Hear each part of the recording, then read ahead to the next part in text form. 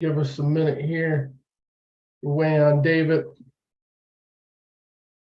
I just wanted to get everything going.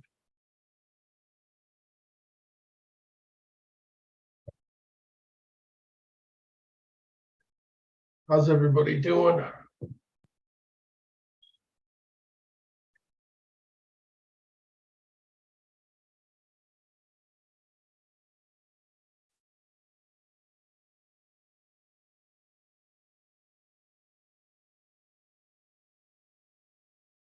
How everybody enjoy the draft? What did you guys let me know in the comments? What do you guys do for the draft? Did you watch us on Friday night or did you go to Buddies? Oh Lordy. Hi, let me fix my my shirt. You like that? I love it when it does that. It's funny. It's always something. Are we live? Yes, we are. I want to put the timer on right now. Yeah. Well, welcome to the Sunday Spectacular, everybody. Dave's here. And what are we going to do? We're going to do a 3-minute deal here so we can get everybody going. Yes. Maximize. Don't forget to share be able to share screens. Yep, it's all set up. All right, cool. We'll get the show started after this timer, guys. Bear with us.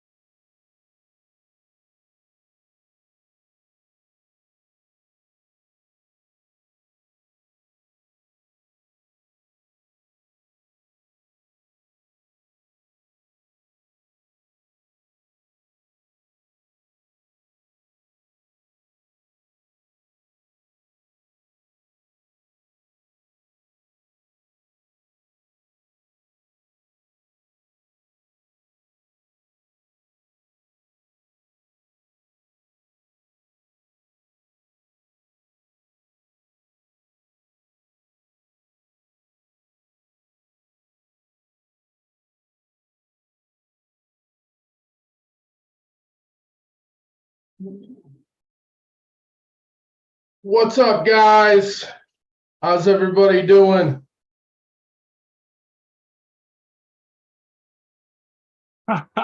It does it again. Yeah. Oh, that's so funny. Welcome to the Sunday Spectacular. Hi, Chris. How's it going, bud? Pretty good, Dave. Pretty good. It's been a busy weekend. It was a fun weekend. I watched the majority of the draft. stuck in there even in the lean rounds, when there ain't a whole lot of excitement going on.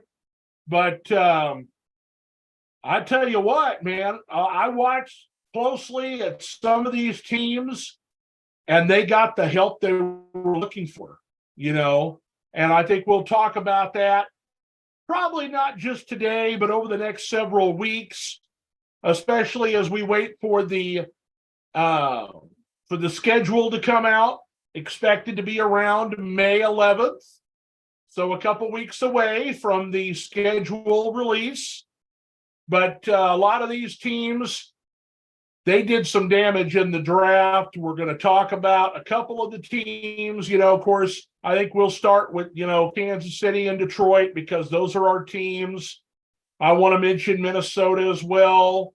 We'll probably do some NFC North, but we'll hop and skip around a little bit. I didn't have time to make a lot of graphics for our presentation here this week, but I think we should begin with the very beginning of the week, and that is the long national nightmares that we have been talking about have finally ended.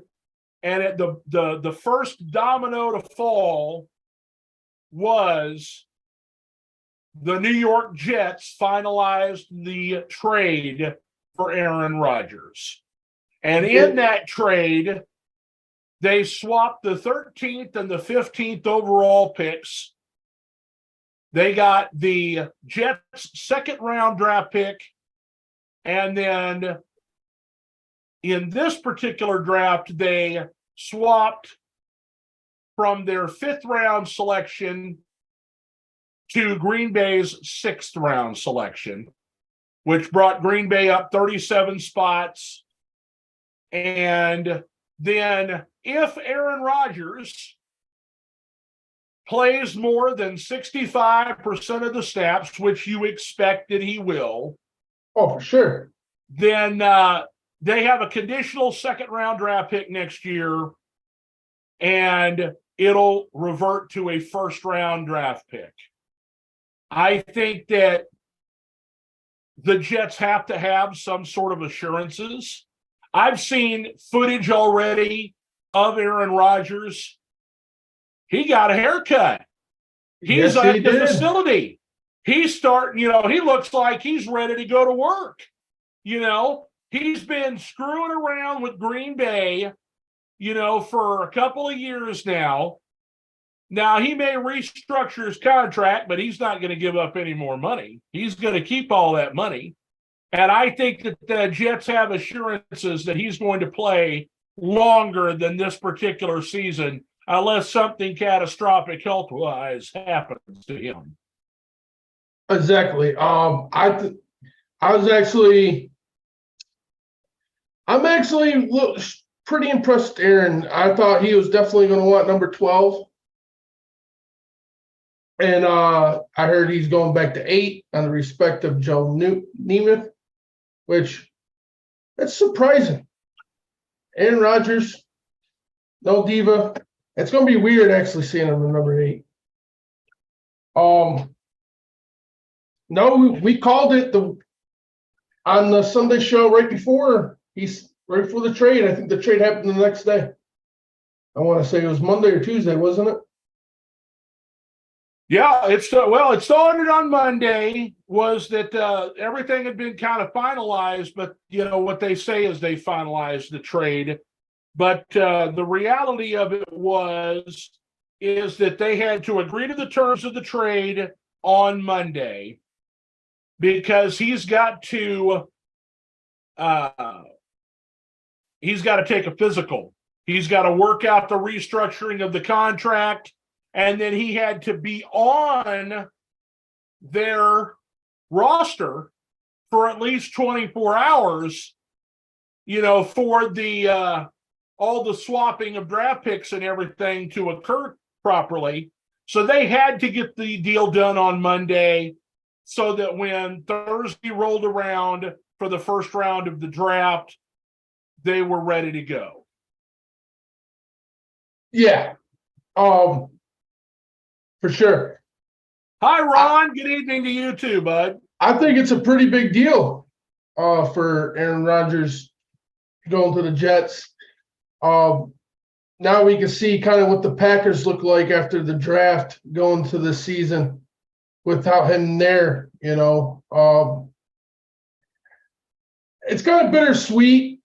I kind of like Jared Goff's theory on it because I think it was a Detroit viewing party or something going on, and they had Jared Goff on stage, and they asked him about Aaron being traded, and he said he kind of wished that Aaron stayed in the division so that way we could beat him twice a year. And I kind of that's kind of where I'm Don't at. get too cocky, I'm not getting too cocky, but you Detroit Lions guys, you have one good year, and suddenly, oh, we're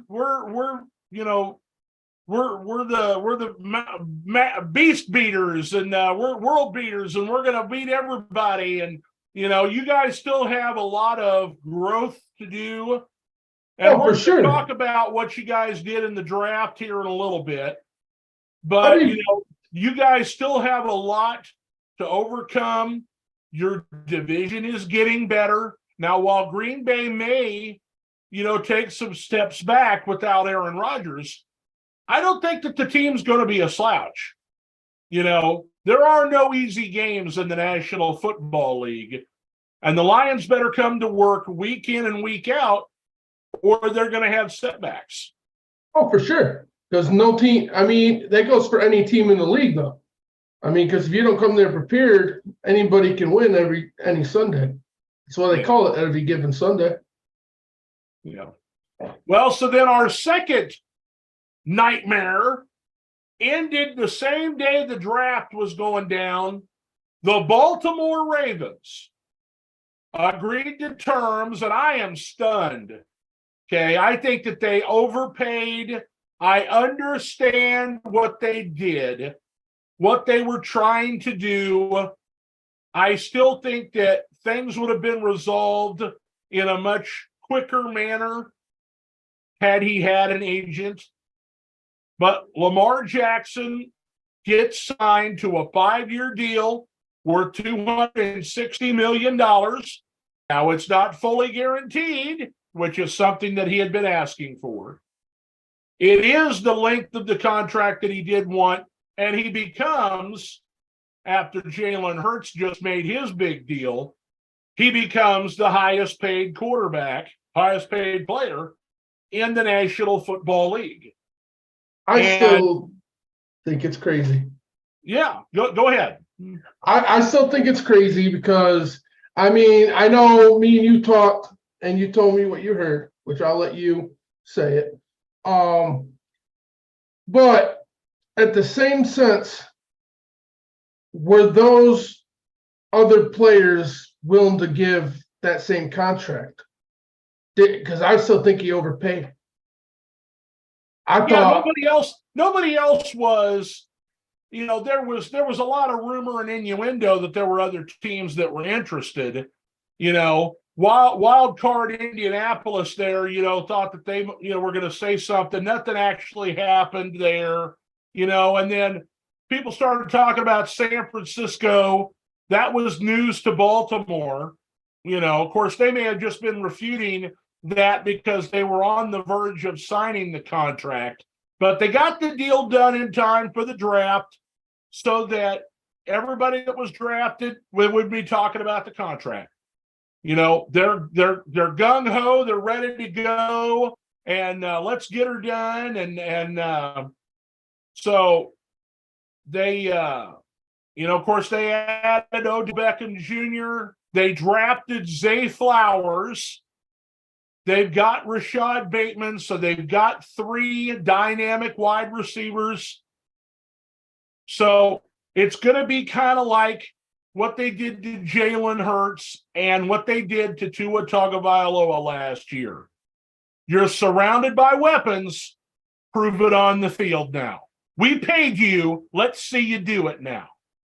And I think that there's probably a pretty good chance that they have a really good season. Now, I think that they are in a really tough division. I don't think it's nearly as tough as the AFC East is going to be this year, now that Aaron Rodgers is with the Jets. But, you've got Kenny Pickett and the Pittsburgh Steelers. They're coming up. Deshaun Watson's got a full off season with no distractions. They got a lot of good players on that team. They did really well in their draft. They're coming up. Cincinnati is the two-time defending division champion. Now, while they lost some pieces in free agency, they covered their butt in the draft. Everybody did really well in the draft. And we'll go through each team over the next several weeks, as far as what they've accomplished and what it means going forward for what we think, as far as predictions for the season, with the schedule coming out soon. But that's going to be a tough division. Baltimore was a wild card last year, and they were missing Lamar Jackson for at least 4 weeks at the end of the season. And so, they could have easily won that division had he been there for the full amount of time. Yeah.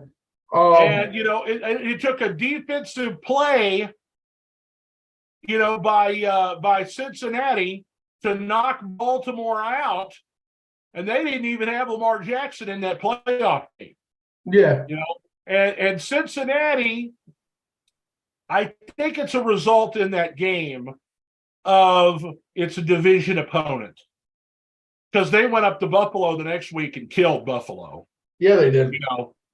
And so, we're going to see how these teams match up against each other going forward. Going to be very interesting in the AFC North this year, Chris. For sure. Ryan says he thinks Baltimore has a chance to overcome Cincinnati with that division, and Lamar squared away. They had a good draft. I think Baltimore has a chance in that division. I won't say they won't, but my problem is with Lamar. Can Lamar's body hold up? Is he going to start throwing that ball more and save his body? Or is he just going to keep playing the same type of style and beating himself new up? Offensive coordinator, okay? Todd Monken comes over from Georgia. He's the new offensive coordinator. And while they run the football with effectiveness there, they're a high-flying, spread-it-out offense there in Georgia. And you're going to see that kind of style mixed with, the Lamar Jackson fullback style where he takes off and runs every once in a while. I think they're going to open it up offensively. Now, it could backfire on him because, he needs to run in order for them to do well, because I don't think that his accuracy is what it can be.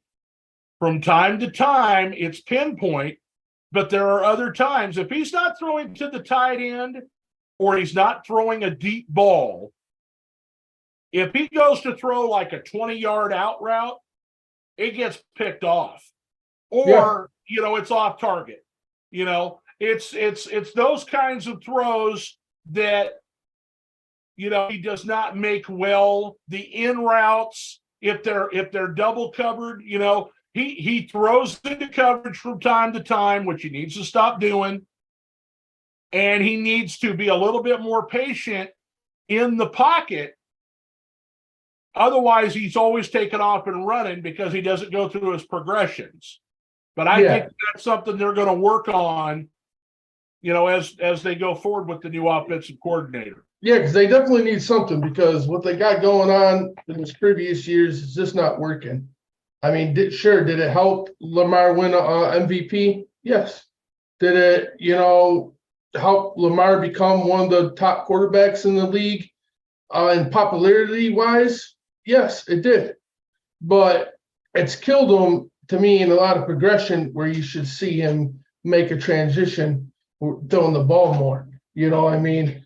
Because, like, my whole argument, especially with the Lions fans this year, all talking about him, I broke down in the video, it's still up on the GOAT page,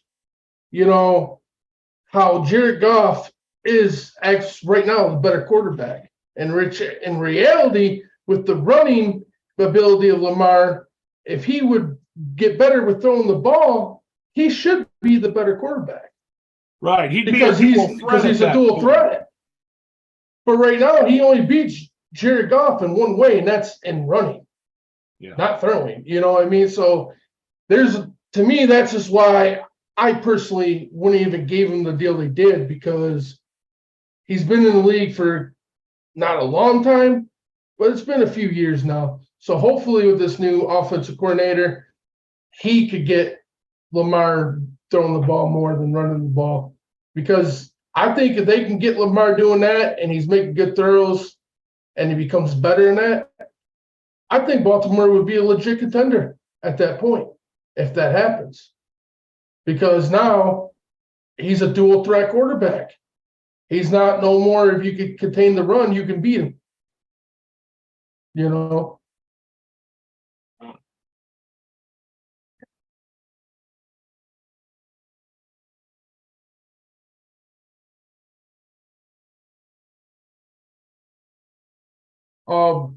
Who's the first team you want to talk about moving on? Well, I mean, I just want to go ahead and talk about your team, probably. Okay. You've because those are the graphics that I made, whatever. I want to do something real quick here, because I should have copied it earlier and saved it. Brandon's watching. Hi, Brandon. What's up, Brandon?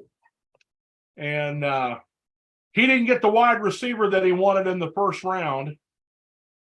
He got a really nice cornerback, though, in Deonte Banks out of Maryland. And I just wanted to mention that, he wanted to get Zay Flowers. Zay Flowers went to Baltimore, where we just talked about 2 picks before that. And then, when it came to, there was 4 wide receivers in a row taken in, in the 20s, basically, started at number 20 in the draft. And Chris Talamuna was mad. He wanted Jackson Smith and Jigba with Green Bay, and he stuck in there until Seattle took him at 20. The Chargers, I thought the Chargers were going to take Jordan Addison, who I wanted for Minnesota, and luckily he was still there. But they went ahead and took Quentin Johnston, the wide receiver out of Texas Christian, and then Addison fell to 23 to the Vikings. And so, of course, the first team that we're going to talk about, just based on, this is your podcast, is the Detroit Lions. Now, I read, posts that people made, and, they're losing their minds because, they didn't draft a corner in this round when there was corners available. If they were going to take a running back, why didn't they take why didn't they take Bijan Robinson? Whereas Detroit had Jahmyr Gibbs rated as the same, and they picked up more draft collateral. Yeah. So I'm going to show here. This is not only the draft, but also the free agents that were signed, because, everybody's like, oh, we need a corner. Because they don't have any clue what's going on in free agency. We went through each team. We know what they have done because we took the time to study it and we put it forth on the podcast. Cameron Sutton, Emmanuel Mosley, C.J. Gardner-Johnson plays both corner and safety. Okay, they shored up their defensive back area, and then with the their 4th pick, they took Brian Branch, the safety, who's going to play some corner also, out of Alabama. Yeah. And so, I mean, they did nothing wrong here. You See- guys lost Jamal Williams in the offseason because they're trying to play, trying to play games with the money. And so he said, hell with you, I'll just go to New Orleans. So they brought in David Montgomery. Yeah. Now they've had, and you'll have to admit, Swift has not been sure-handed. He doesn't have a nose for the end zone. He gets stuffed up a lot when they try to run him between the tackles. He drops passes. He has not been what they thought he would be when they brought him onto the team. And so with the addition of David Montgomery, now you've got a guy with a nose for the end zone. You've got a tough, brawling running back. And now you need an offensive weapon. Exactly. And that's why they drafted Jahmyr Gibbs in the first round. And I would say that when I'm going to start on this, I'm going to say, Lions fans, just listen here. See, I always say the Lions fans, as a team and as a state of Michigan, they have probably one of the most loyalist fan bases around. But with that loyalness, we also get a lot of dumbness. And it's not really dumbness that our fans are dumb, as I think it's more personally, they don't trust the team. They don't trust the front office. They don't trust the management. So when you have that, that's why you're seeing these posts like this. Also, mock drafts become bigger and bigger every year now. Now it's a huge thing, which it's all fun to do mock drafts, but I feel like people fall in love with too many players. And then when their team don't get those exact players in their mock draft or what they think is right, they want to lose their stuff. And here's another problem with Detroit as a fan base. We're too damn loyal to anybody that comes in here. Like, yes, Swift. I'm not going to say Swift is a garbage bag that don't have an NFL future. He does, but not as a starter. He had the starting gig to start the year off last year. He got banged up in the first couple games. He didn't have any impressive runs. Jamal Williams came in there, stole the starting role. Swift became healthy again. And he did nice in the backup routine. But at the same time, it wasn't like he was doing spectacular stuff. So why not? We've never had a running back like Gibbs. We've never had a true running back that can dominate running the ball and catch the ball like a wide receiver. I also love the fact that this kid can play slot receiver. I don't think a lot of Lions fans have actually put that in their mind or can play it out in their head. Because I can see the Lions doing things like this, and this is what's scary, and I like it.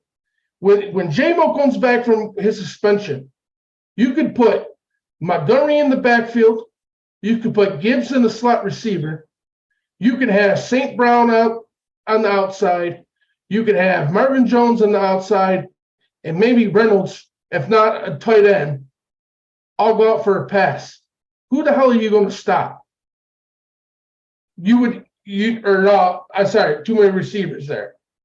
It would be either Jones in the slot with Gibbs or J-Mo on the outside.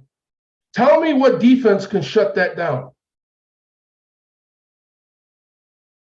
We've never had the ability to even do that. But then again, a lot of Lions fans and everybody around the league will talk about KC's offense, which blows my mind. Listen, I'm obviously I'm not a Lions fan, but I think back about some of the players that you have had, and you had Reggie Bush. Reggie Bush could play the slot receiver, and I don't think you could ever say you've never had a dynamic running back like this. Barry Sanders could catch the ball too. Oh, okay. Hang on. Maybe we're going back a little ways here, but I think that there is some hyperbole here. Yeah. You guys have a great offense this last year. You're looking to add to it. You've lost some pieces. We're going to have to deal with the suspension with Jamison Williams, of course, but I think you have enough receivers on this team that you're not going to, hang your head and be like, oh, hell, we're not going to be able to do nothing. He didn't play at all last year. Exactly. But what I'm trying to say is, I didn't bring Barry Sanders up just because Barry Sanders played years ago. I know the Lions. I know my history. You know what I mean? I know what we've had in the past, but I'm talking about the present. Since then, we haven't had that. Yeah, you could say Reggie Bush could play slot receiver, but let's be honest. By the time we got Reggie Bush, he had one good solid year here. Other than that, he did good. He was banged up. But, unfortunately, it was towards the end of his career when he came to Detroit. You know what I mean? I feel like we had Reggie Bush, like a rookie Reggie Bush. You know what I mean? That'd be a lot different. You know what I mean? But we haven't had the ability to have a back like this. And I think you put him, Montgomery, behind that offensive line, you could have easily the best running back duo in the league. Maybe not this year because, he's a rookie, but by next year, the year after that, that running game, especially if we keep our own line.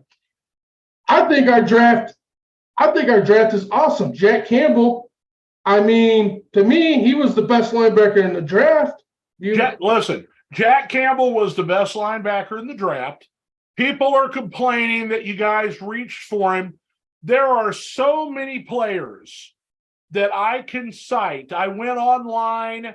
I didn't print them out and make too many notes about it. Okay.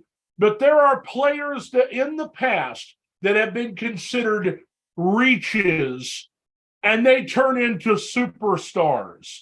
Damn, I wish I'd known he was going to be like that. We'd have drafted him so much higher. Do you know? These are two names that I recall. J.J. Watt was considered a reach. Okay? So, picking this guy when you wanted to get him, that's all that matters. You guys wanted him, and you got him. Okay? So now you've got a solid linebacker to go with your other guys that are already there. You got, Rodrigo and Alex Alenzone. Okay? So you got those three guys form a wonderful linebacking core. I like Sam Laporta. Yes, there were other tight ends that you could have taken earlier.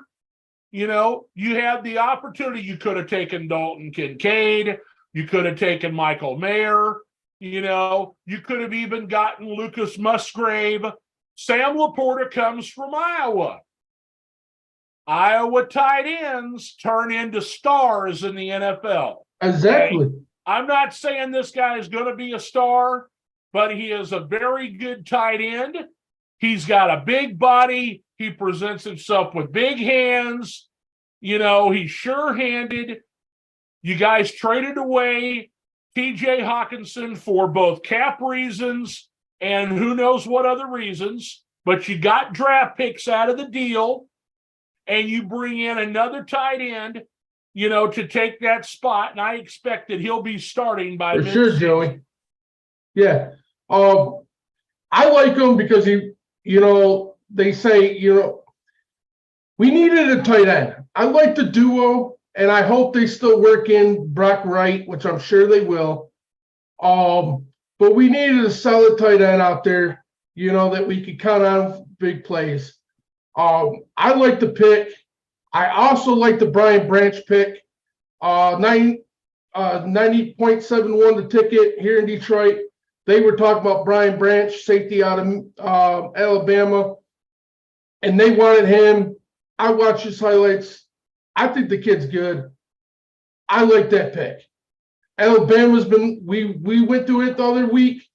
of how many how much schools, produce stars, and Alabama was what, number 2 on the list of active players in the league right now? I like the Hendon Hooker pick here. Okay. I do too. You guys have, Jared Goff right now under contract. He played great last year. There's no reason that you can't re-sign him if it comes to that. But by bringing in Hendon Hooker, now you've got yourself somebody who can learn the system. They're not in a rush to come in there and have to play right away. He's coming off the ACL tear, so he's not going to be in a hurry.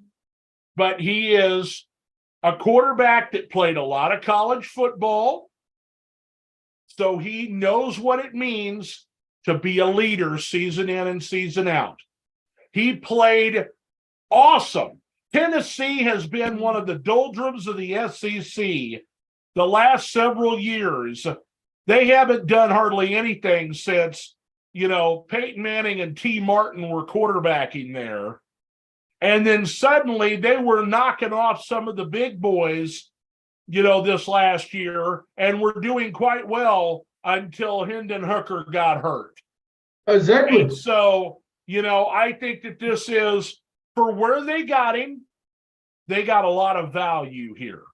Okay. I agree, because this is what I personally think. I personally think, just because I feel like this team can really succeed with Jared Goff. Jared Goff has been to the Super Bowl. I think he could be that QB for us. But I will say, I think this is just a backup move to have somebody that can play quarterback in case it happens to Jared Goff. But I will say this. This kid can sling the ball. This kid has the arm. The last 2 years in college, he only threw 2 picks both years. He's a very smart thrower. So there is that possibility that Goff will not be with the Lions and Hooker will take this team over. I'm not 100% sold on that quite yet until I see what season.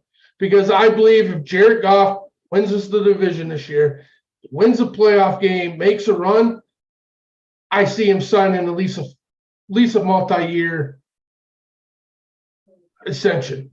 If that happens, then I believe Hooker would just be a backup QB at that point, since he's 25 now. That's what I believe. But whatever the Lions decide to do, ultimately, I can get behind, because I do like Hooker. I watched the Alabama game. At the time of that game, I thought that game was over, because it was like, I want to say in the beginning of the third quarter, they got a quick 3-and-out, got a touchdown, and there was a point Alabama got a 2-point, went up 2 scores in that game. And at that point, I thought it was over. But I stayed watching that game, and next thing you know, Hooker pulled it out of it, pulled them out, got the W, him and that really great receiver. I didn't hear where that receiver went. Jalen Hyatt. He went to the Giants. Yeah. Brandon Bigland's very happy. That dude was a beast. Joey said he's glad they passed on Jaden Carter. I see him being a cancer and a low production DT. I'm glad now, because, like I said on Friday, I was okay with it, because to me, if they drafted Carter, that was insurance to me that they know where his head's at and everything, because I trust Brad Holmes. This is why I really love this draft, because this dude showed who he wanted, and he knew who he wanted from the get-go. And so that tells me that meeting, the ticket was right, and they didn't like where his head was. And guess what? I'm okay with that, because Holmes said if they stayed at 6, they were still taking Gibbs. He said he would not have changed his pick because they picked 6. So that told me right there, that's how that I knew for a fact they didn't question Jalen Carter. They knew from the get-go they weren't drafting him. Because if you could sit there at 6 and draft that running back, the writing's on the wall at that point. Well, and looking at your final 3 picks here, they addressed the defensive line again by having the defensive tackle Broderick Martin there. Now this could be just purely depth, but it depends on if he's good enough to make the team. Addressing your offensive line depth, and then with Corey Swordsdale, and then wide receiver Antoine Green, that gives you maybe a special teams player, maybe a returner. But overall, I thought that the Lions had a very solid draft. I think that, you added some impact players both through free agency and through the draft to solidify this team as the division favorite, the probable division winner in the NFC North this year. Exactly. I'm ecstatic, and we talked prior weeks on our broadcast on our show, and when I said how many times defense. You know what I mean? I didn't lose my shit because that told me they knew exactly what they're doing. And I knew the picks could change because we fixed our secondary before the draft. Our D linemen got going towards the end of the year as soon as our secondary got better. We have Jerry Jacobs. We had equality free agents. We don't need much more. And then after even we did our mock draft, I was looking at our roster, and I even told you, I said, we actually have a lot of defensive ends still on our team. So I think they did good. They needed a D tackle. They got him. I read some good reports on him. Same with that offensive guard. I read an article on him that he could have been a steal in the draft. Because I guess that kid just went to a small college, but he produced really good stats and is supposed to be a really good offensive guard. So I think if the article's the truth, I can see him making that team. There's nothing wrong with having good depth on the O-line. Well, now let's shift gears here. We're going to go from the Detroit Lions to the Kansas City Chiefs. And for Kansas City, we've talked about, some of their losses as they try to stay under the salary cap going forward here. And the main situation is that they had to solidify their offensive line and, work on their secondary and their defensive line here in this offseason. And so, with the guys that they re-signed and the way that this draft went, I can tell you as a Chiefs fan that I'm very happy. Last year, they drafted George Karlaftis. He's on the one side. And in free agency, they signed Charles Omenihu from the 49ers to play Frank Clark's, defensive end spot, basically. They had to let Frank Clark go because his salary was just too high for them. They tried to renegotiate and couldn't get him to do that. And so a lot of these teams nowadays have like an 8-man defensive rotation. And so as of right now, before the draft, they had Derek Nottie, who they re-signed at defensive tackle. You've got Chris Jones, and then the defensive ends were Charles Omenihu now and George Karlaftis. Well, they lost Kalen Saunders, one of their defensive tackles, in free agency. He got sent off to the New Orleans Saints. So in this draft, they pick up a defensive tackle. in Keandre Coburn. So I like that they picked him up, because that kind of, replaces him. They said that he reminds them a lot of Kalen Saunders. Now, last year they had Carlos Dunlap was in the 8-man rotation on the front. I don't know that they could afford him. He had a really good year for the Chiefs. So with their first pick, they go out and they're calling him King Felix. Let me see if I can get his name right.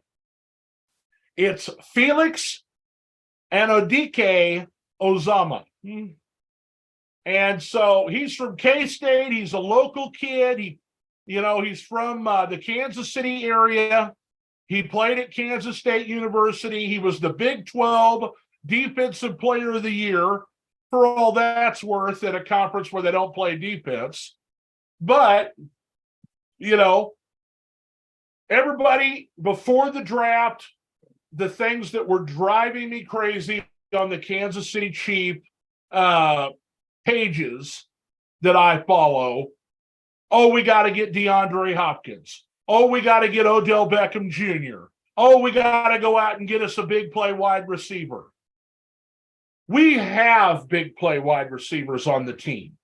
They have not been put in the position to be number one receivers because we didn't have to put them there. We have a secret weapon coming in who was on IR last year, an undrafted free agent by the name of Justin Ross.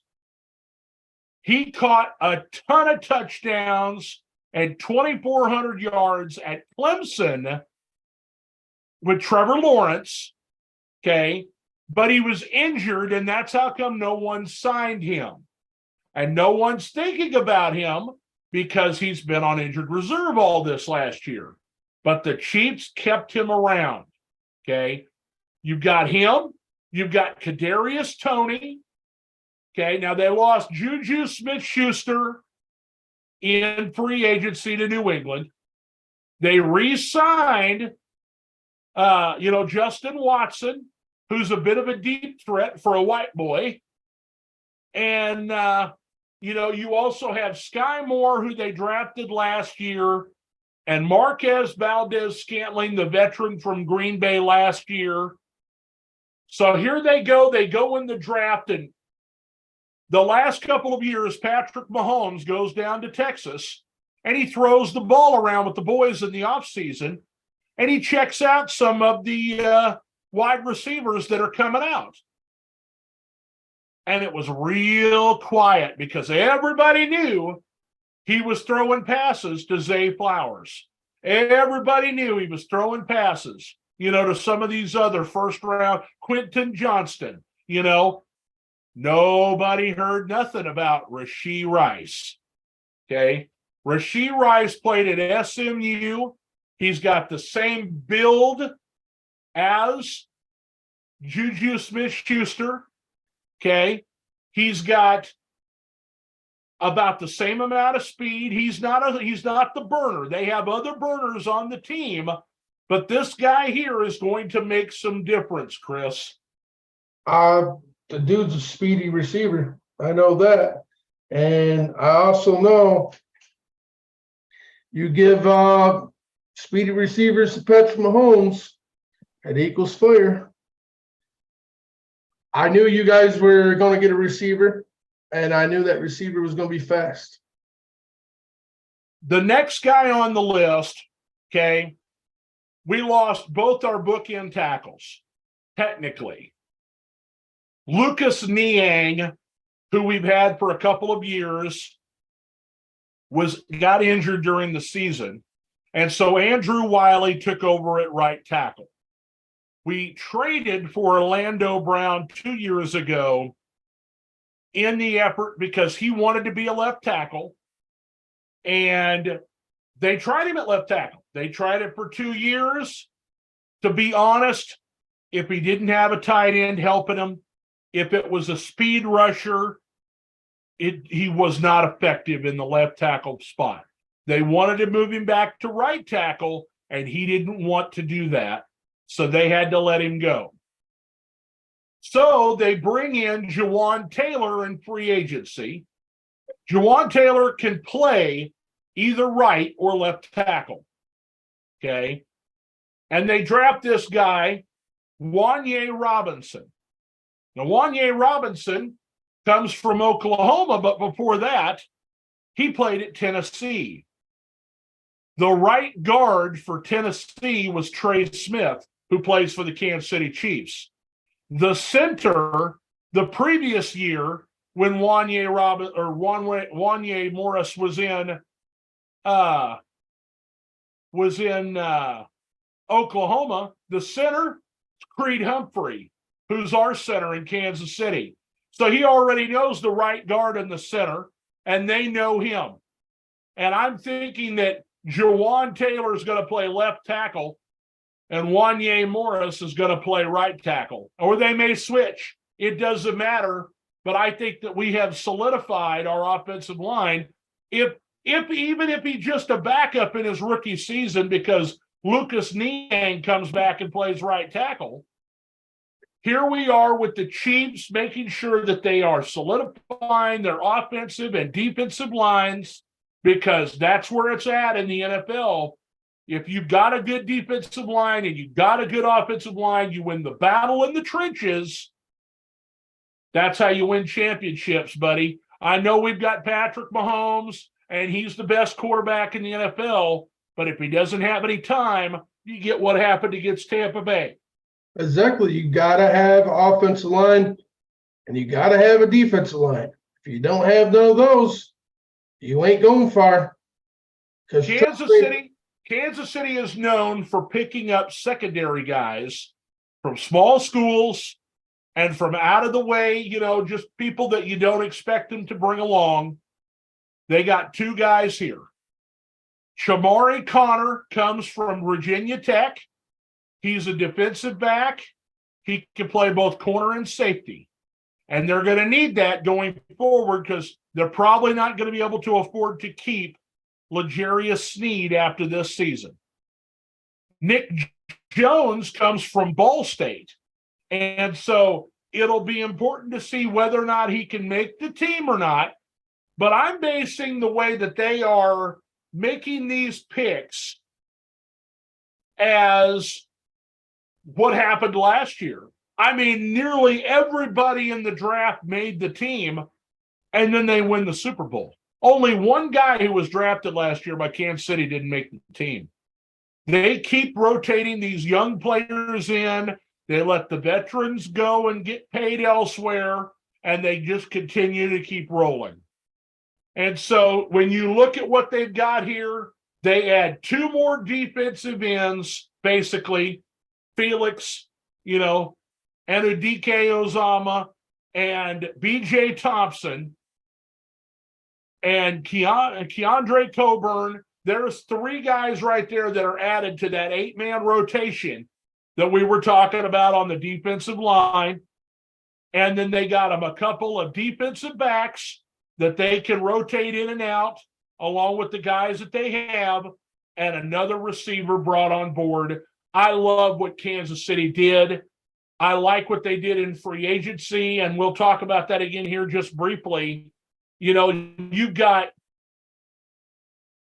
an inexpensive young sack artist in Charles Omenihu, who comes from San Francisco. The leading tackler for the Los Angeles Chargers in linebacker Drew Tranquill. A ball-hawking safety in Mike Edwards from the Tampa Bay Buccaneers. A versatile offensive lineman in Jawan Taylor. And then another speed wide receiver in Richie James from the Giants. Between their free agent signings and their draft, I think Kansas City is looking to be the first team since the New England Patriots to repeat as Super Bowl champs. You guys are definitely still the top dog in the AFC. Now, I'm not going to sit here and say you're going to go back to back, but you got a hell of a chance to do it. Yes, you do. I'm not going to deny that. Do I hope it don't happen? Of course I do. Because I don't want to see it happen back-to-back years. I give your team credit. And guess what? One reason why it's easier to give your team credit is because I'm seeing the similar type of offense the Lions are building to KC's. That's when I seen this draft, that's the first thing that went through my head at the end of it. I said, we're doing the similar things that KC's doing with their offense, and that's why KC's been as dominant as they have been, even after losing players like Hill and big people, because they just keep building the same offense. If you keep building the same offense and just replacing those players with the same type of players, you don't skip too many beats.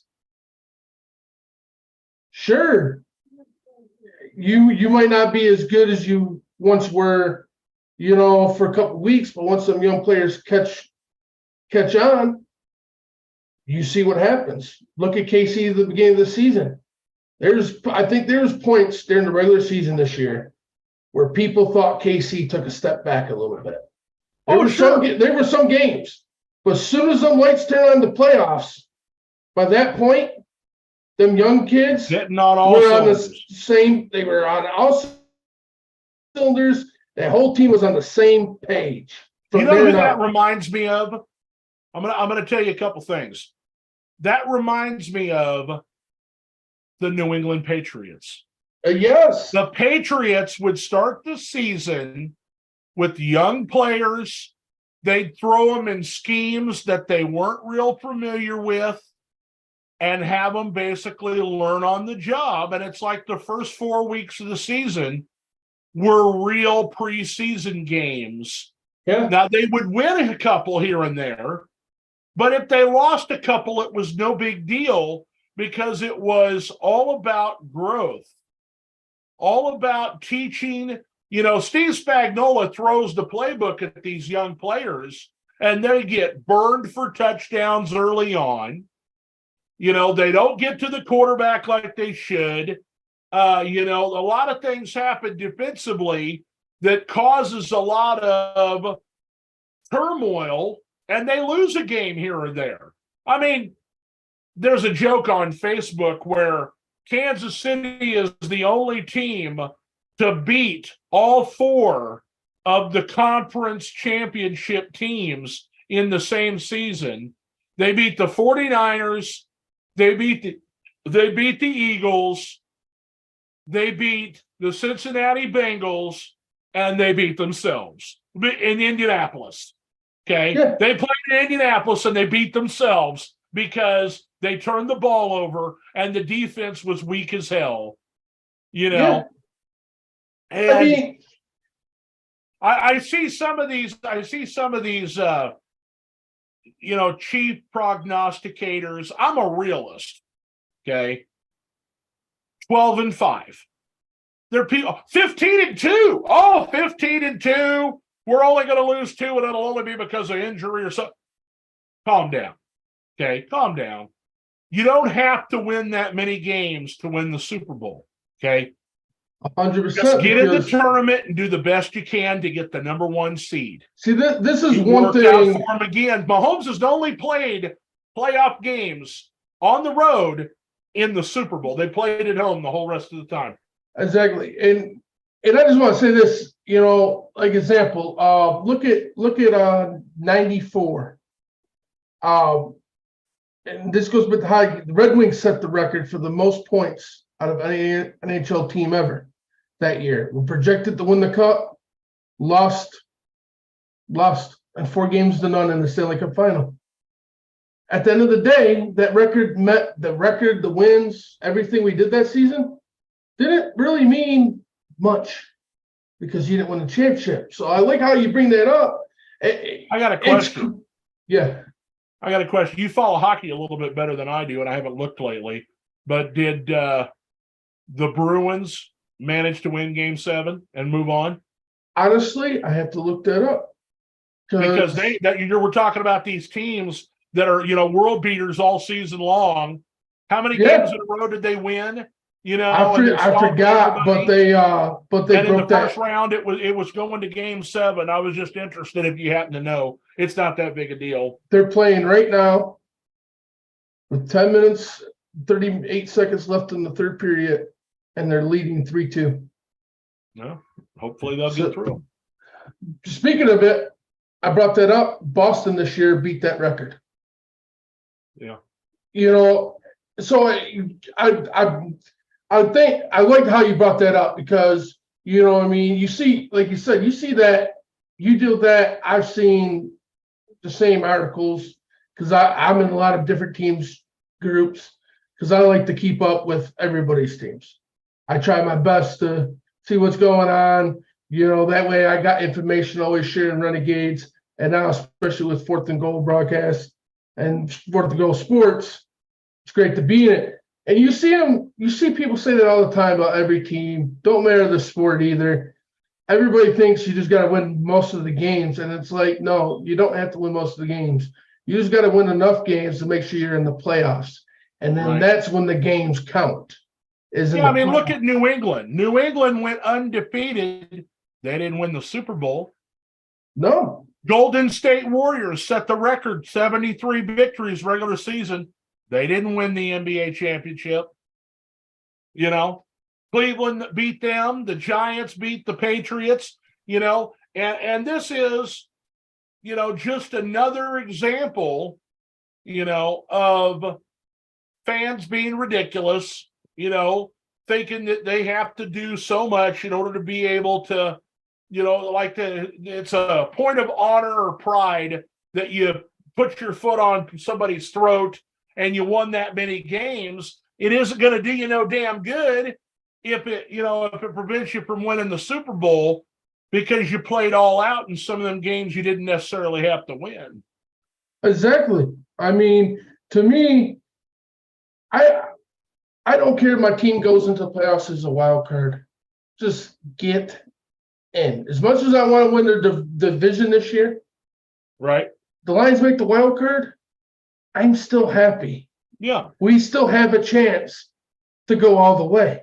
Well, I see them winning the division. Oh, me too. Depending on their matchup, if they're anything like they were last year, and with an improved defense, they should win their first round game. They should get to the divisional round of the NFL playoffs in the NFC. There's going to be some teams that are going to be really tough to beat. And, while I don't have any graphics for that, I want to talk about just briefly the Georgia Eagles. Might as well call them the Jordan Eagles. The Georgia Eagles. Okay. So you guys traded Swifty over there on offense, and he's a former Georgia player. Yep. Okay. In the last 2 drafts, the Philadelphia Eagles have selected a linebacker and a defensive tackle from Georgia. And then this year, they selected 2 more defensive linemen from Georgia. They've got Nolan Smith, Jordan Davis, Jalen Carter. The linebacker's name is eluding me. It's like Niobe or Rayobi or something like that. But, they got all these Georgia defensive players from when Georgia was the best defense in college football.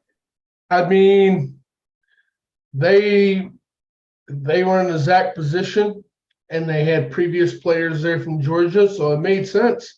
If they had the number 1 defense and you could put all these kids together on the same defense, it's not that bad of a strategy. All these players know each other. They know how to cover for each other. They know what each other is thinking out on the field. So if you really think about it, that's pretty crazy that Philly's GM put that all together like that. And they deserve all the props. We talked about all the pieces that they have lost this offseason. You know, everybody was talking just, right before the draft how, the Eagles are still going to be a good team, but they expect them to get back to the Super Bowl. But I'll tell you right now, these kids, I don't think so. I'm not going to say they are because a lot of these rookies are going to get thrown in the starting mix. But they're gonna need. I know they all came from a great defense. I know they all came from the same college, and they've added some other pieces through free agency or re-signed or whatever.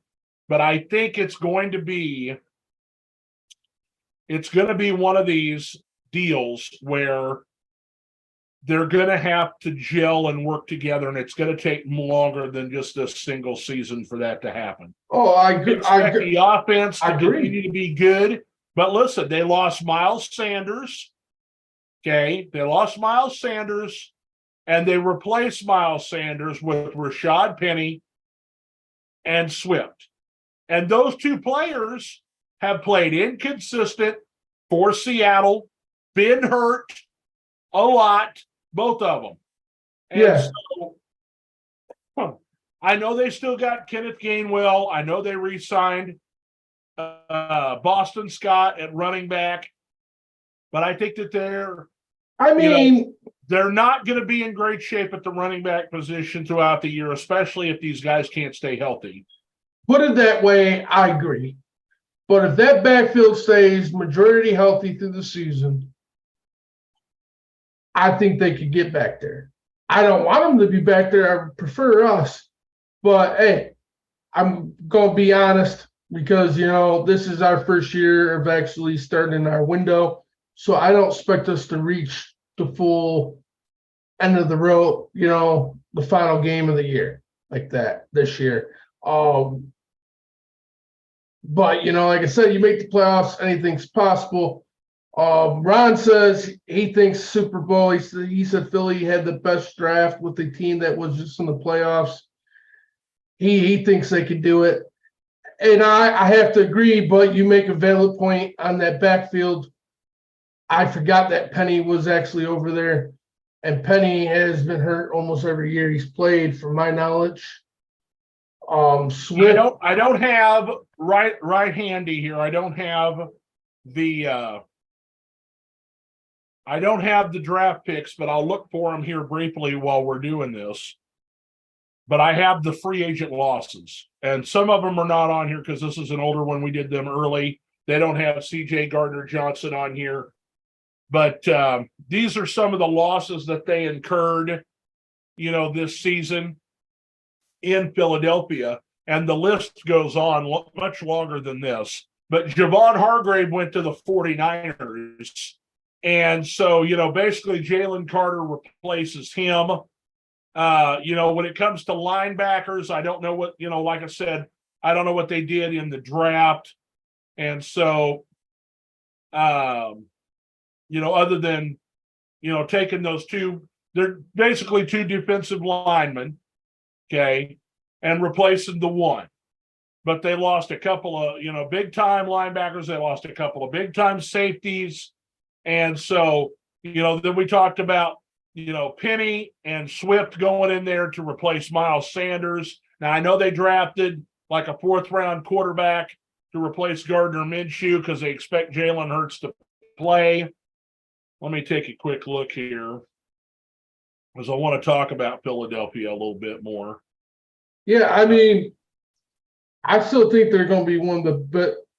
I still think they're the best team in the NFC. They're still going to be in play for the division.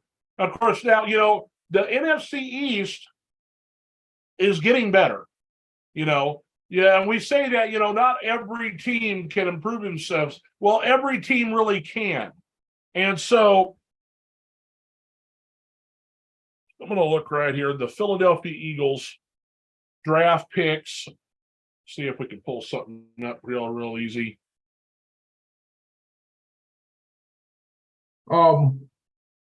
I still think we call it I was gonna say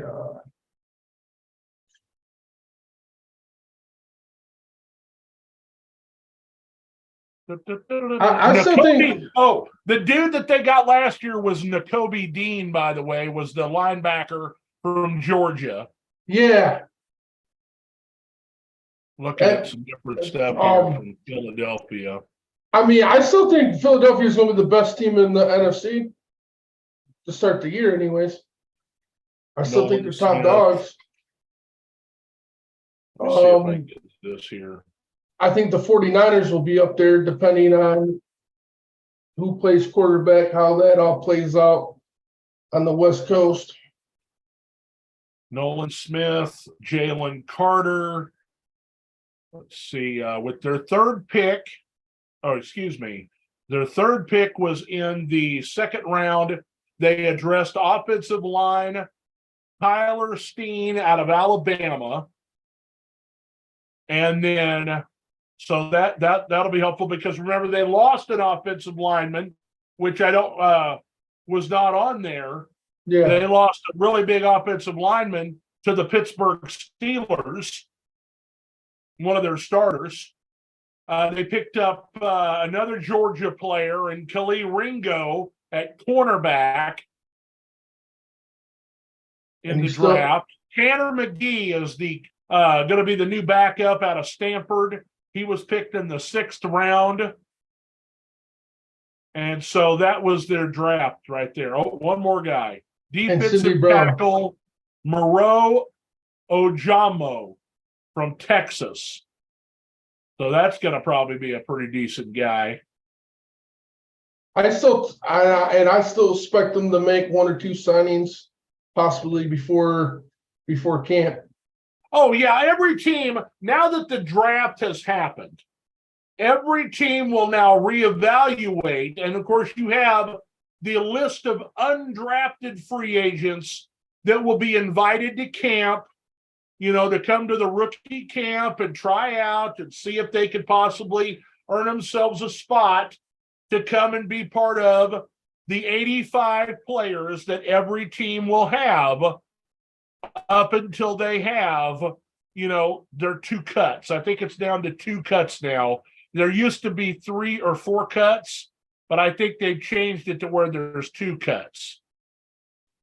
And so, they go from 85 to like 65, and then it goes down to 53. And then, of course, you got your practice squad guys, which I think is like 6 or something like that.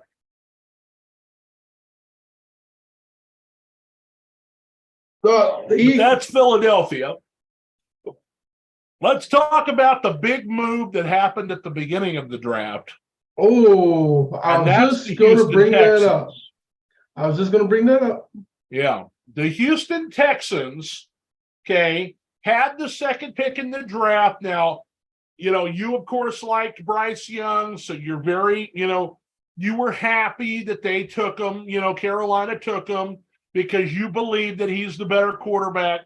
I like C.J. Stroud because I don't think he's a frail player. I like that he's more of a gunslinger. So I like that Houston took C.J. Stroud, but they really wanted Will Anderson Jr. And so for the first time in the common draft, which is the AFL-NFL merger that happened in like 1966, a team had 2 of the first 3 picks in the NFL draft. They traded up with Arizona so that they could pick 3rd after they picked 2nd to take Will Anderson Jr., the linebacker out of Alabama.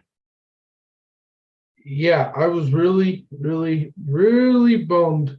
I had my cousin, fellow Lion fan, was on here Friday with us, and when I seen him take a quarterback, my first response was, "Dude, Will Anderson might fall to 6 now."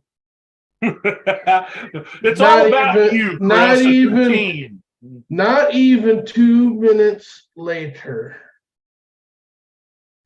I look at the TV where Adam Schefter was reporting that they were making the trade, depending on which channel you're watching. Which channel did you watch? I streamed it because in my studio room, I don't have cable, but my Right. daughter has a smart TV. She don't like cable. She watches YouTube and all that. So my daughter is really the MVP on draft night. I'm gonna give her another shout out because this show was a little bit just me and you. It wasn't with multiple people. Yeah. I want to give her a shout out because I worked late, got home late. She downloaded ESPN Plus, logged it in for me, and set my TV up in my studio all for me. So I actually streamed it on ESPN Plus, which it wasn't bad, but it did suck being live for it a little bit because it was like delayed. So It had a delay. So there was quite a few people who were actually in the comments, just like a tad, were announcing picks as a tad bit where I could announce picks. But other than that, it worked smoothly, and I got to watch the draft, and we had a good show Friday night. If you were here to see it, it was a fun one. So I was a little bummed when I seen. I was pretty bummed, but like I said earlier in this, I didn't get mad. Wasn't frustrated with one pick that the Lions made in this draft, and I just enjoyed the process. I mean, I wish I got to watch the draft Saturday or Friday and Saturday.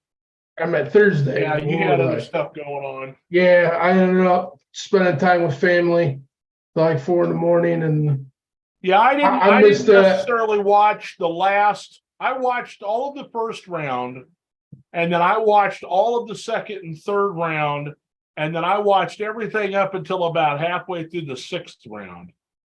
And when the Chiefs didn't have another pick until like middle of the seventh, and that's where Minnesota was picking two, and I was like, man, that's another hour and a half before it gets to them. I'm like, I'm tired, and I needed to spend some time with my kids. And so I was just like, the hell with it. I'll look and find out what we did later. And then, of course, then you get your updates and everything on your phone, and they start talking about the undrafted free agents that all the teams are bringing in.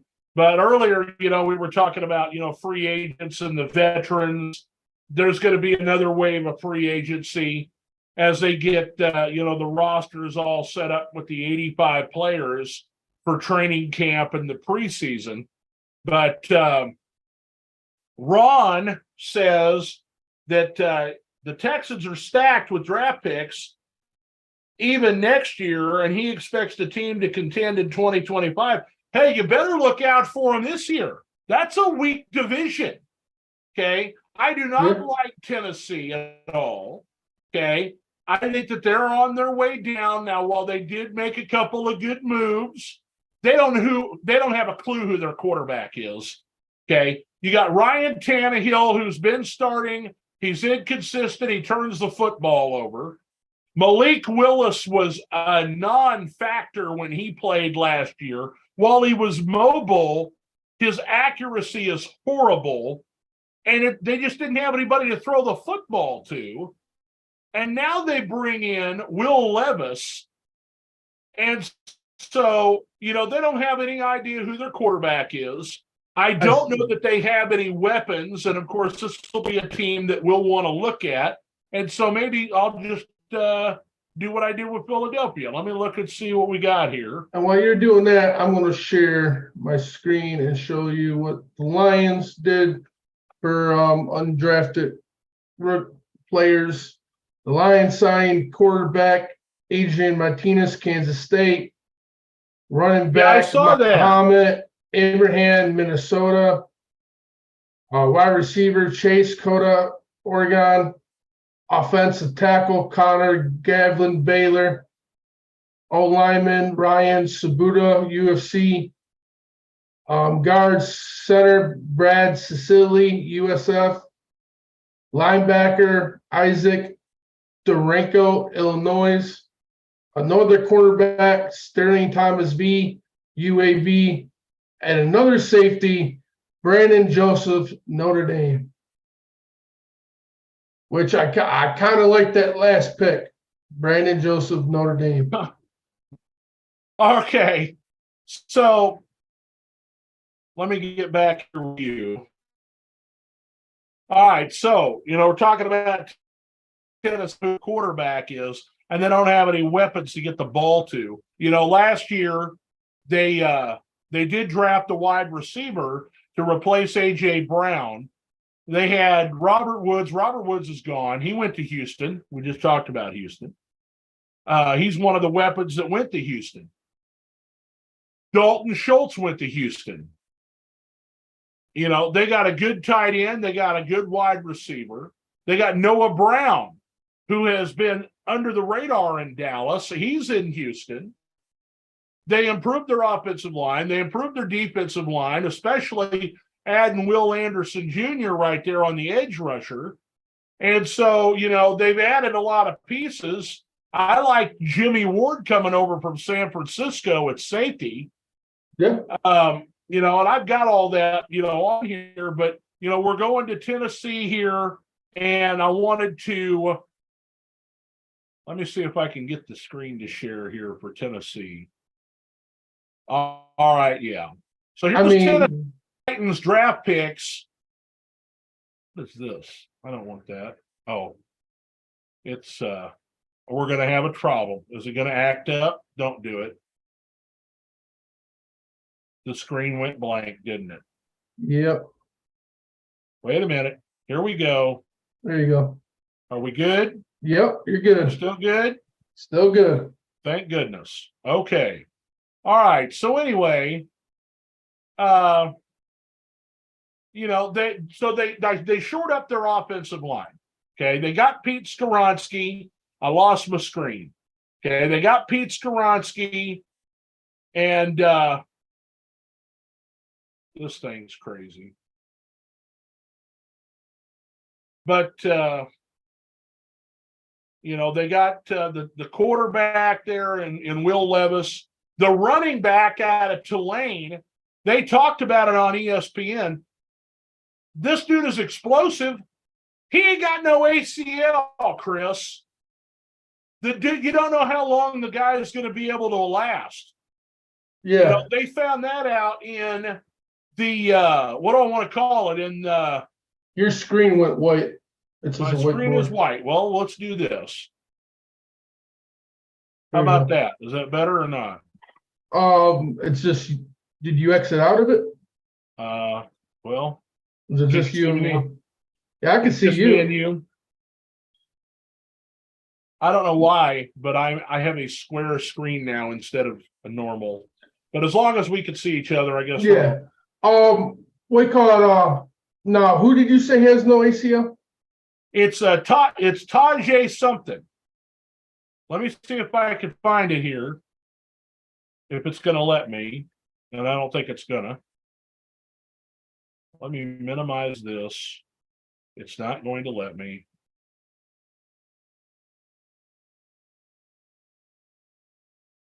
Close window.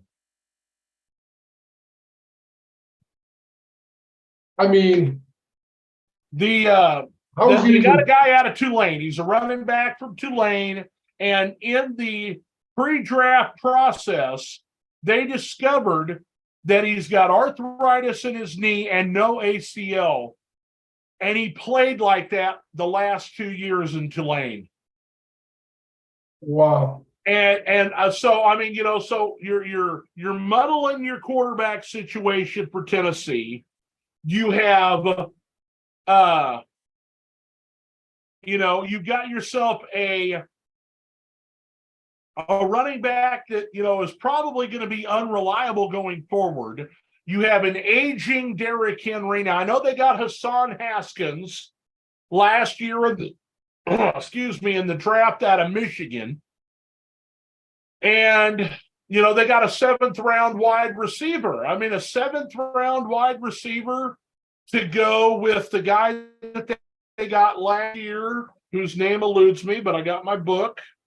Oh, I'm going to get it right here. AFC South. That was dumb. Come on. Here we go. Treylon Burks. You know, they lost Austin Hooper, the tight end, to Cleveland. You know, and it looks like they drafted a tight end on that list that I showed. But so they lost Robert Woods to the Texans. They lose Austin Hooper to Cleveland. They replaced them with low round draft pick and you know, mid-round draft pick. I just don't like. I understand they shored up their offensive line, and that's all well and good, but I don't like what the team is doing in Tennessee.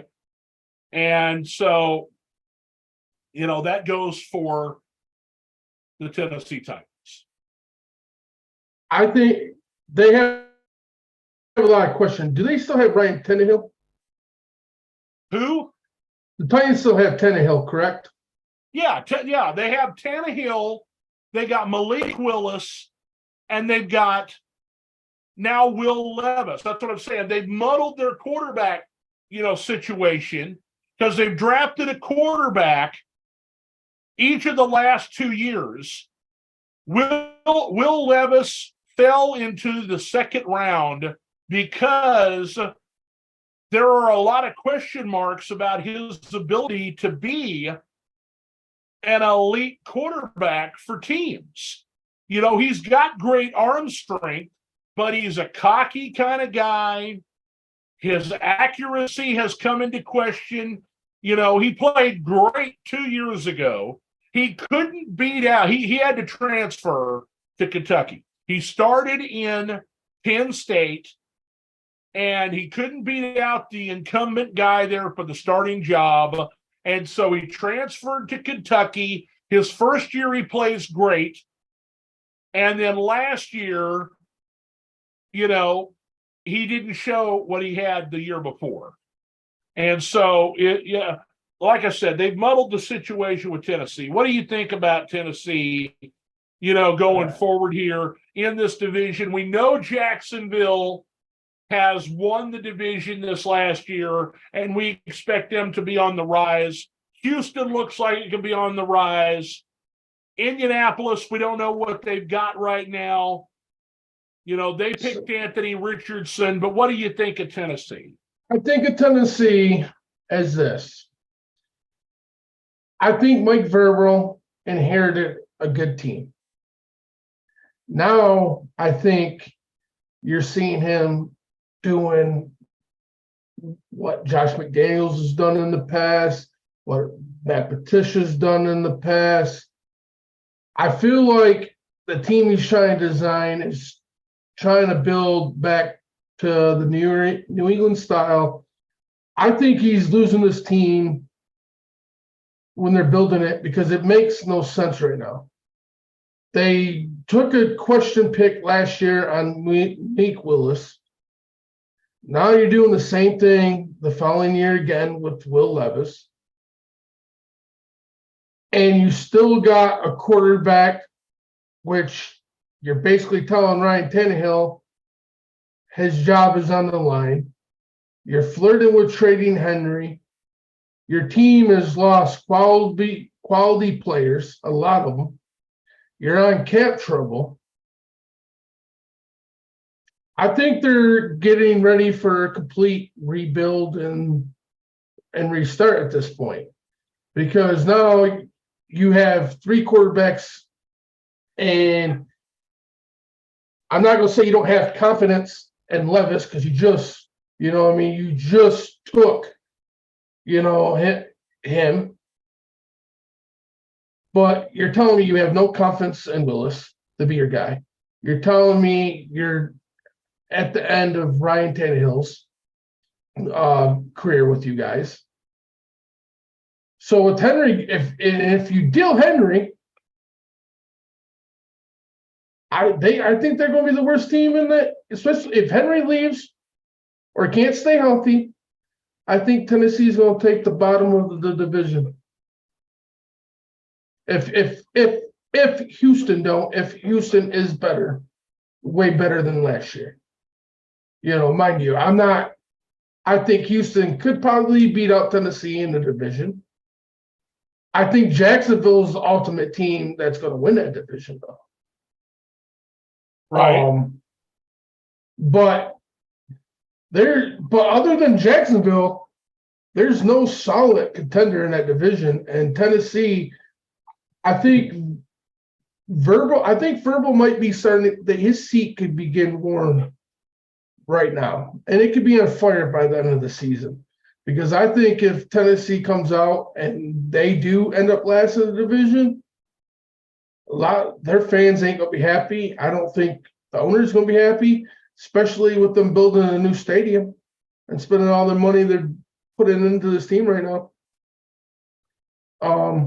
You know, I mean, they're gonna want to try to, they're gonna want to sell out games and have a packed house every Sunday to pay for that stadium. And I don't know that you might not have that. You might have a lot of away fans coming into your stadium if this plan blows out, because I mean, I don't blame them for trying to replace Willis, because I think the Willis pick was a horrible pick. I just don't think he had any weapons to throw the ball to. The offensive line was porous. Maybe he'll start to show something with the offensive line, being kind of solidified here. I like Pete Skoronski out of Northwestern. They drafted him with their first-round pick. I think they wanted Paris Johnson Jr., but he didn't last. And, and that brings us kind of to speaking about, what it is that they are doing. And I think that if they have some weapons, which they may get in free agency, there may be some people that we're unaware of that's been added to the team. It's been a minute since we did Tennessee. That we find out. And let me see if I can find it here real quick. Now that I've fixed my screen. I'm going to see if I can find Tennessee on here and what they did. What has happened to them here in the off season. To me, I'm surprised they didn't try to go up and get a big time running back if they were really going to trade Henry. So I'm thinking Henry's probably maybe not going to get traded now, just because they didn't really get a high back to replace him in the draft. Right. Also, I'm surprised. Then why didn't they move? I know there was talk of it pre-draft that both teams were talking, but to me is if you were really going out there to get a quarterback, you know what I'm saying? Why wouldn't you make that trade and get yourself up to 3? Or then make yourself get up to 2, you know what I mean? Yeah, I mean, you're told it's tough. It's tough to listen. They've been in salary cap. They've got some salary cap issues. No, I know that. I'm going to see if I can share this. See if it'll let me or if it's going to be a butt. I mean, I know what position they're at with the salary cap, but what I mean is, you're basically telling your fan base in the league, you're starting a rebuild after their actions of the draft. You know what I'm saying? So if at that point, why wouldn't you try to get the highest you possibly could? You know what I mean? And go get a quarterback that you might get service out of this year. Well, and that is the end of me for now. It's being a butt. I'm going to have to redo it.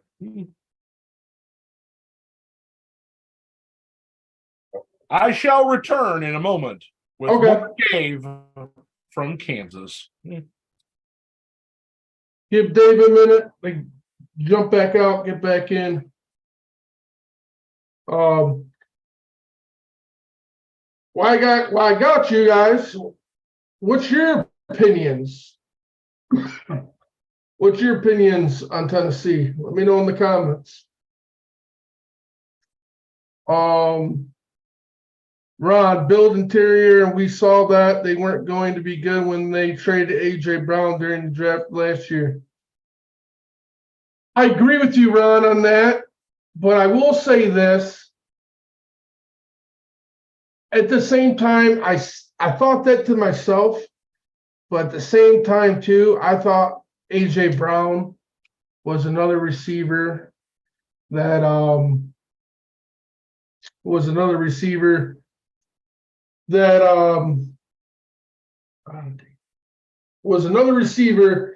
that Tennessee had that really didn't become much.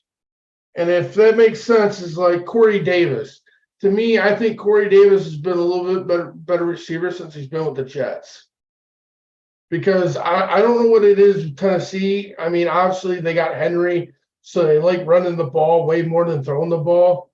And I totally get that and understand that, you know. But at the same time, they don't use the receivers. So at the time, when that trade really happened with AJ Brown, I was actually kind of in the position where I kind of looked at it a little bit differently. I was kind of looking at it as like, okay, well then, you know what I mean? I thought that AJ Brown wasn't what he was. But I'll tell you right now, I agree with you because when AJ Brown left and went to Philly, it was like, wow, look at this dude. Like this dude was that guy everybody talked him up was. And I'm not saying that AJ Brown didn't make big plays for Tennessee by any means, because he clearly did. It was just not consistently. So to me, it's like we didn't get to really see the full potential of AJ Brown in Tennessee. So when that trade went down, I kind of just like, okay, maybe new scenery type deal, you know. And then like after the third week, I was kind of like, wow. And then that Tennessee game came, and AJ Brown lit them up, and then they completely fired their GM. Which I thought was pretty funny that you get traded, you play your old team, you kill them, and then they look at the GM and like, you're out of here. Like don't ever come back. Like you traded this guy, and he came back and just killed us like this, you know. With the crazy shirt. I have returned, and I apologize to everybody. That's so funny. This thing is crazy. I want to get back here just briefly, and I'm sorry about this, to the Tennessee Titans. We started talking about who they got on their team, who they lost, who they added, and, what they needed to do in this draft, and what they did and what they didn't do. And I mean, if you look at the players they lost, Robert Woods and Austin Hooper, they lost their left tackle and Taylor Lewan. Now, he'd been hurt for a while, and so he didn't necessarily, play a whole lot. So maybe that wasn't a big deal. But I mean, they lost Nate Davis, they lost their center Ben Jones. I mean, they got devastated on their offensive line. Their defensive line got devastated. They lost Zach Cunningham, Bud Dupree at linebacker. I mean, look at those losses, Chris. It's crazy. Yeah, they lost a lot of players. Like I don't expect them to be good throughout like the whole league. I do. I mean, I'm not sure they can even compete in their division with that.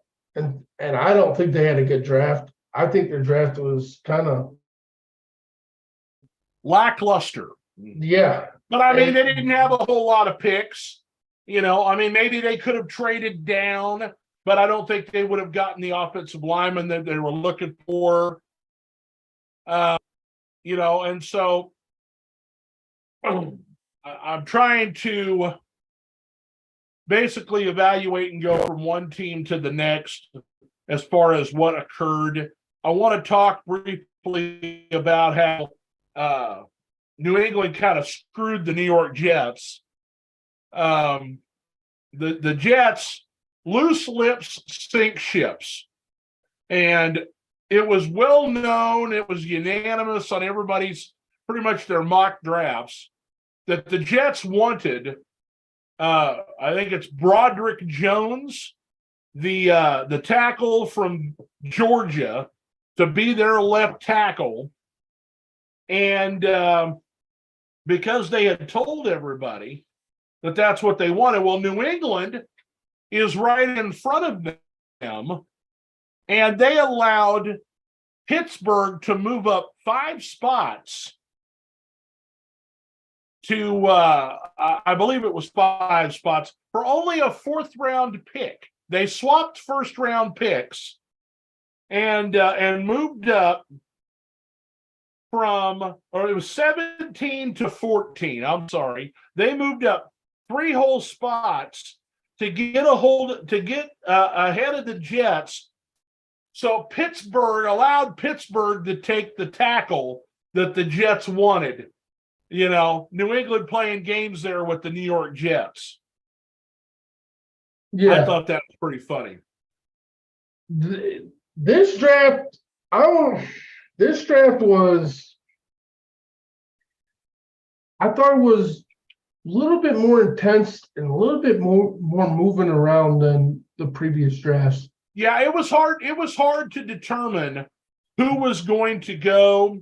We had our fan base mock draft last week, and if I take a look at it, which I will do, we can kind of indicate whether or not, and maybe I should just show it. I should share it on our screen if I've got it here. There it is.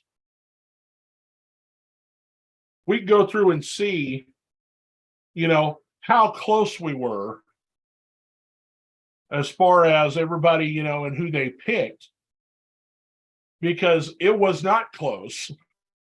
You know, some of them they were right on, you know, Yeah. others, you know, were way off. And so, you know, taking a look at our fan base mock draft before the draft here, of course, Bryce Young did go to Carolina, and the Houston Texans did take Will Anderson Jr., but it was at the 3rd spot. Yeah. You know, C.J. Stroud went to Houston. Tyree Wilson went to the Raiders. Jalen Carter, of course, went to the Eagles. Lucas Van Ness, I believe, didn't he go to New England? I don't have that information right here. I think, no, he went to Green Bay.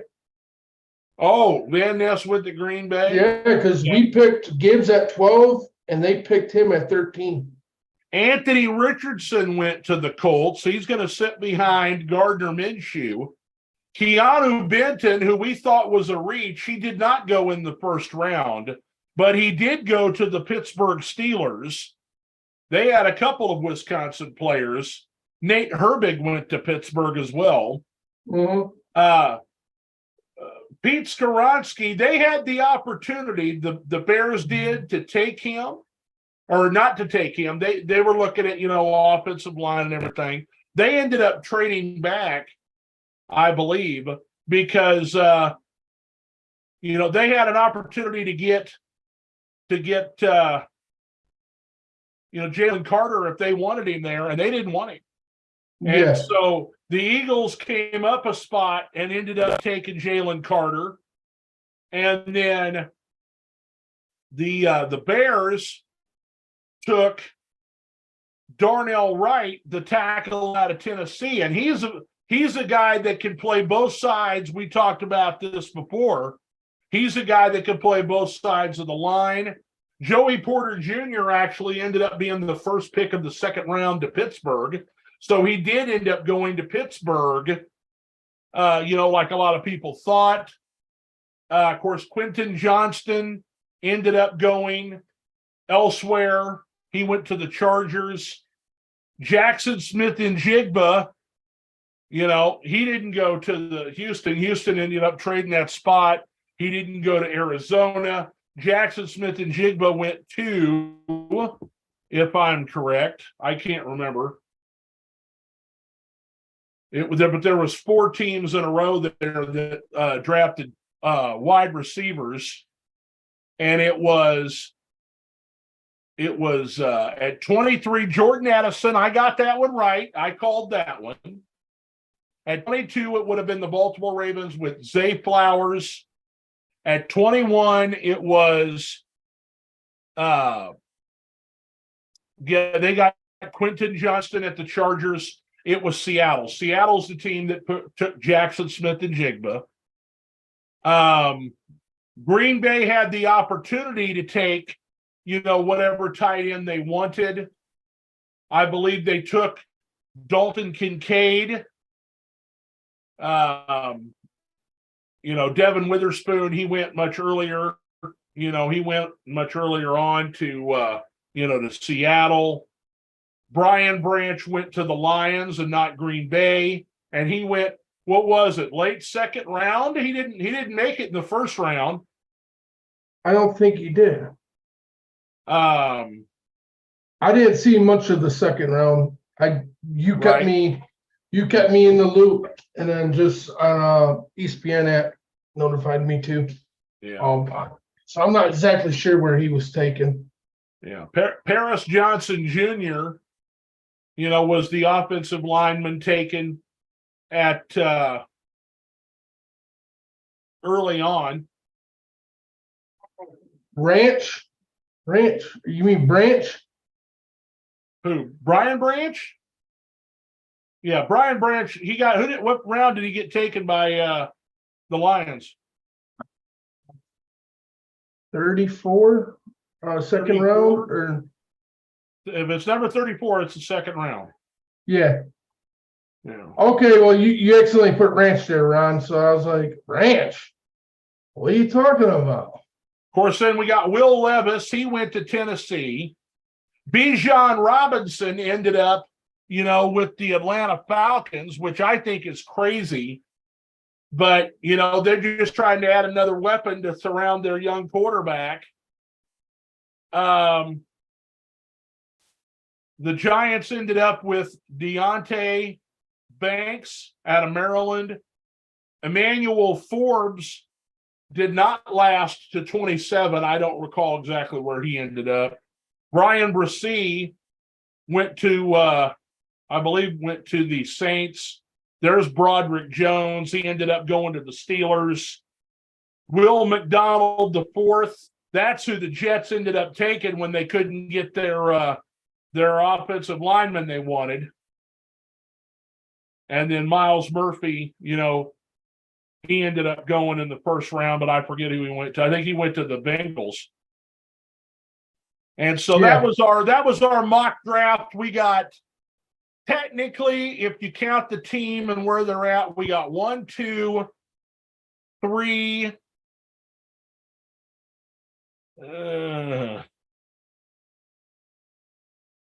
I think we only got 3 right. It happens like that. Yeah.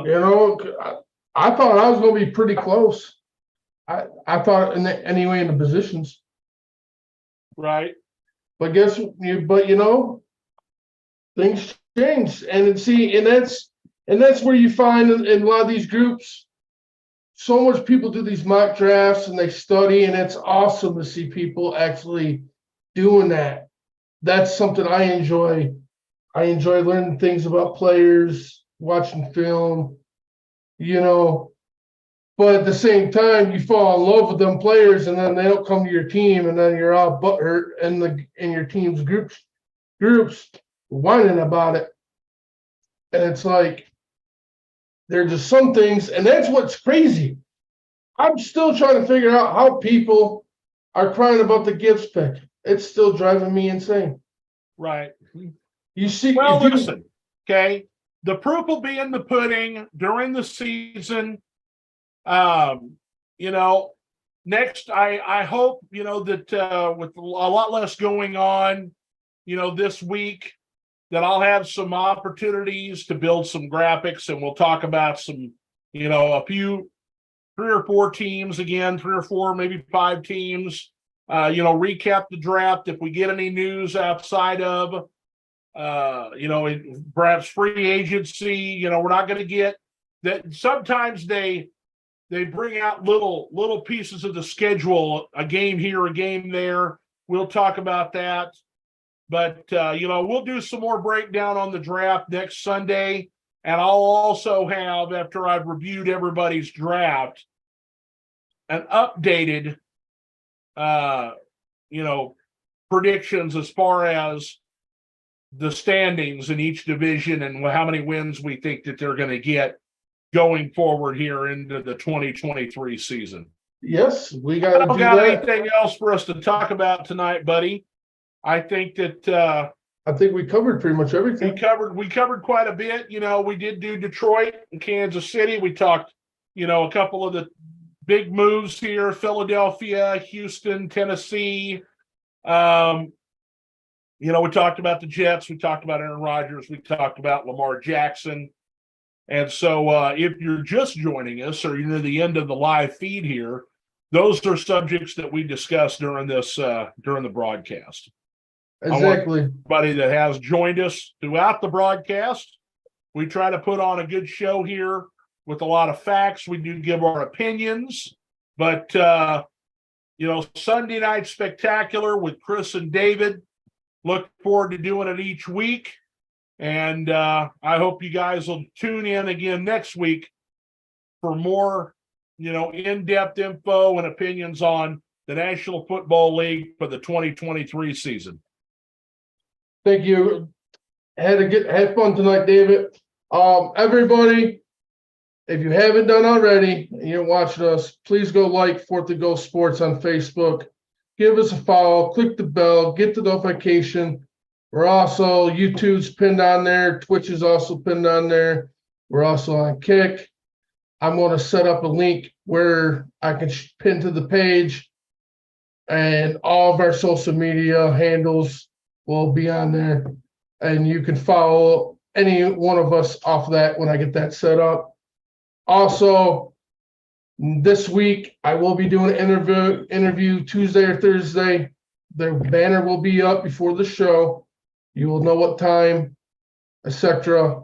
And who do you got? That, you already got people signed up? Not yet, but I'm going to start working on that first thing tomorrow, or probably before I go to bed. I'm going to shoot out a few messages to a few people, try to get somebody lined up, see what day they're available. Well, I got a couple that I can hook you up with. Baltimore Ravens, Dontario Moore. He said just let him know, and he'd be available. I'd still like to get our Pittsburgh Steelers fan. I think his name is Josh Bagiakis. I'd like to get a Pittsburgh Steelers and Baltimore Ravens fans in here. We could talk to Robert Ross about Houston Texans and the big moves they made during the draft. If you want to get a hold of the Baltimore Ravens fan and see if he's available for Tuesday or Thursday, whatever works better for him, 8 o'clock. Sure. I'm cool with that. That'll be a good topic. Other than that, like us on social media. Me and Dave will be back Sunday, and then maybe I'll have a Baltimore Raven fan or a Pittsburgh fan, or maybe even somebody else to interview this week. Other than that, you guys have a good one. Thank you guys for returning and checking us out. I'm looking forward to next Sunday to recap more teams and drafts. Unfortunately, we can't just do it all in one show because we'll be here for all night long. We'll be here a long time. So, anyways, until next time on 4TH&GOAL broadcast, have a good one. Have a good night, David. We'll see you guys. And please go like our page and follow us. We'll see you next time. Good night, guys.